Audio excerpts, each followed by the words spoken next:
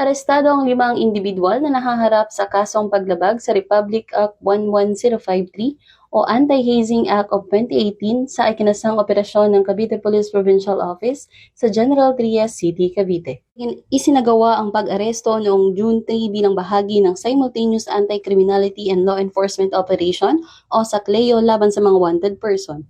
Kinilala ang mga sospek sa kanilang mga alias na si Archie, John Lee, Dario at Kenneth.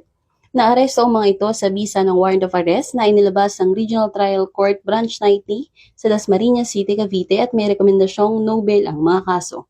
Kaugnay ang kanilang pagkakaaresto sa isang insidente ng hazing na naganap noong Marso 1 taong kasalukuyan, na ikinasawi na isang 19 anyos na first-year college student mula sa Dasmariñas City, Cavite. Matapos ang masusing investigasyon at koordinasyon ng mga otoridad, natukoy ang mga pinaniniwalaang responsable at naisampa ang mga kaukulang kaso laban sa kanila.